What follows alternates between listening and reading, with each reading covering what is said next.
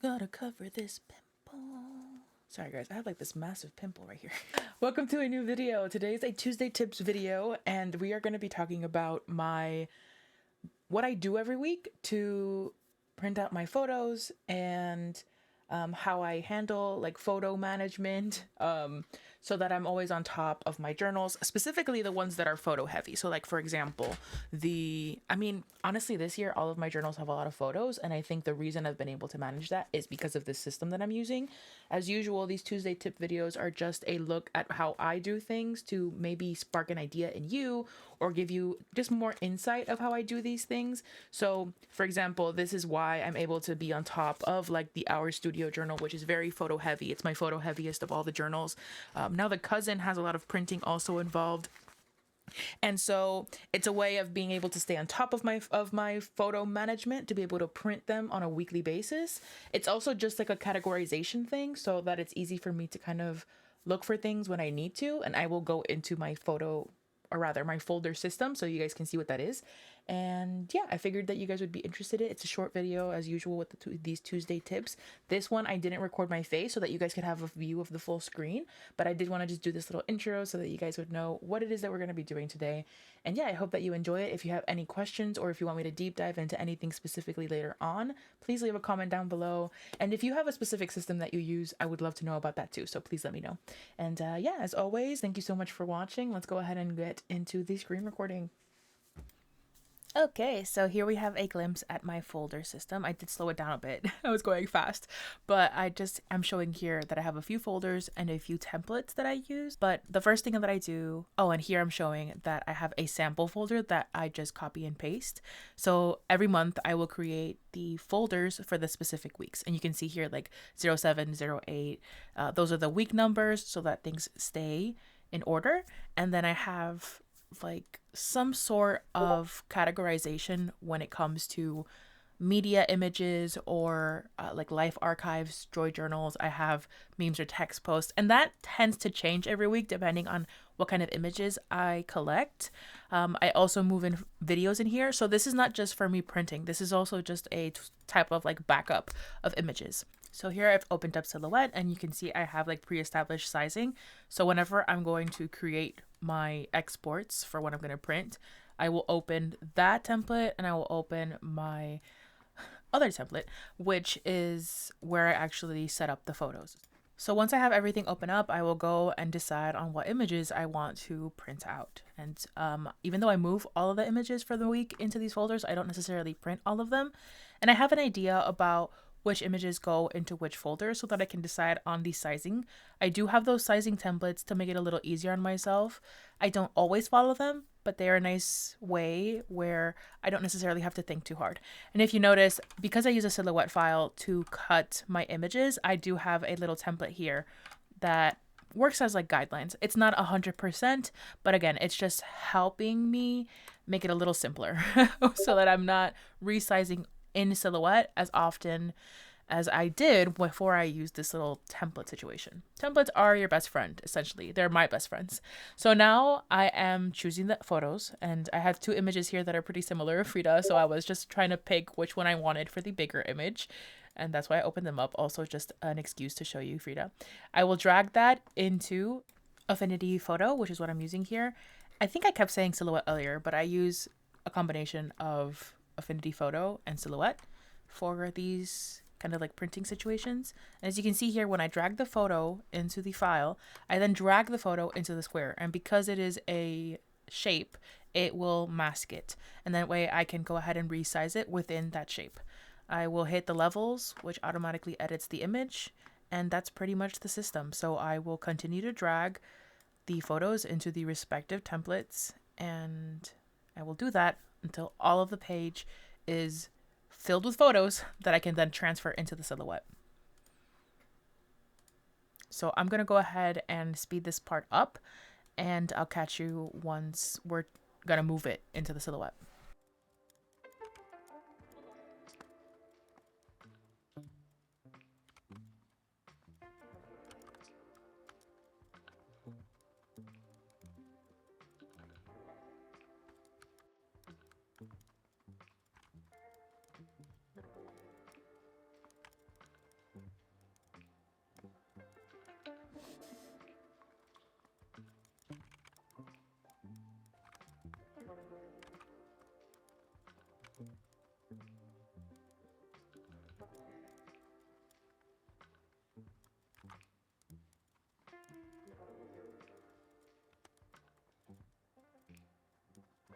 So once all the images are ready, I will hide the background so that I can export this as a transparent PNG for when I transfer it into the silhouette, so that automatically when I transfer it into the silhouette, it will create the outlines for all of the images. And the cut lines is what I mean, so that it's a little easier. I will save it into a folder that I have in the templates or in the weekly spreads called exports. And so every single export that I've done is in there. And because it is a PNG file, and I will show you later, those images are always ready for me to use in case I want to reprint them, even separate from the export that I'm doing. And as you can see here, I already had a second one ready. So I have 2 exports that I'm going to work on, just exporting them as PNG, and I just named them the next consecutive number. So now I'm opening the silhouette, which is what I use to cut the images. Of course, if you don't have a silhouette, you could always just set things up in the same way and then print them and cut them yourself. But since I already have the machine, I find it a lot easier and less time consuming. I save a lot of time by using the machine. So as you can see, I created a new file that I then, when I hit file, instead of opening the export, I merged. And that way it imports it into the document that I've already established. As you can see there on the side, those are the document specifications. And after I import it, I resize it to about the size within the constraints, which is the template that I use. But as you can see, it's not 100% accurate. Again, it's just a guide to make it a little easier for myself. And I will go in and resize if I want to. Specifically with the images that I use for the weeks, I do end up resizing them. Here you can see that I put 2 images too close together, so I'm using the knife tool to separate them and making them separate images.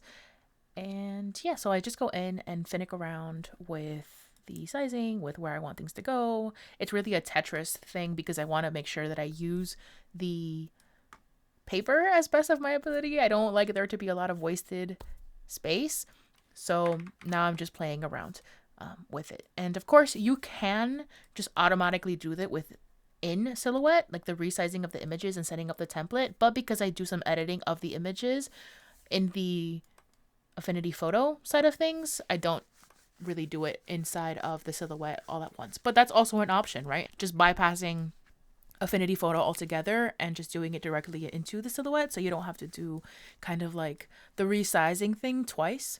But I don't mind. But yeah, and then I use the resizing here on the top because I know the dimensions of what the squares in the weeks are, so I just make sure that those are resized correctly.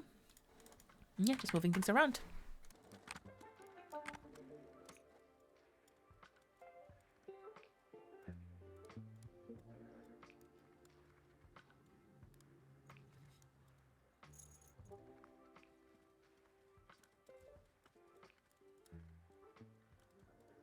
And throughout this process of me resizing them, I'm also thinking about where these are going to go in my journals, right? Like what the potential spreads are going to look like, if it's a spread that already exists, where I'm going to put some of them. And I don't always have an exact idea of where some of these are going to go, but I do have it kind of in the back of my mind of like, okay, I'm resizing this, where could these possibly go? And so then it's time to print. I will print it, and I have the back tray of my printer to make sure that I print onto the clear matte sticker paper or the vinyl sticker paper, which is what I use for this.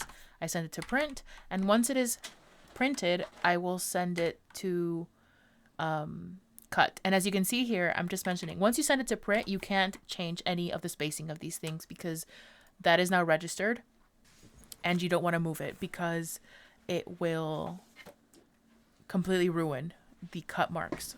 You don't want to change it once you have already sent it to print. And what I use is the lines. So I will send it to cut using the lines, as you can see here, cut by line color. The lines are already chosen with that color, and I have a preset.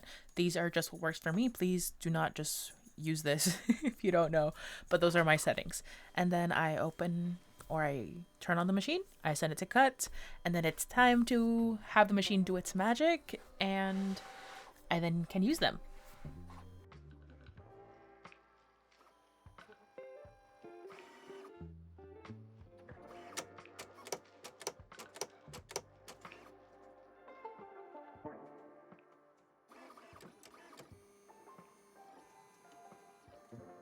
So that's my process. If you're interested in seeing how I journal with these, I actually do have a day in my journals video that showcases some of these things that I've printed here.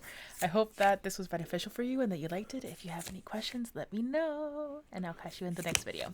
Bye!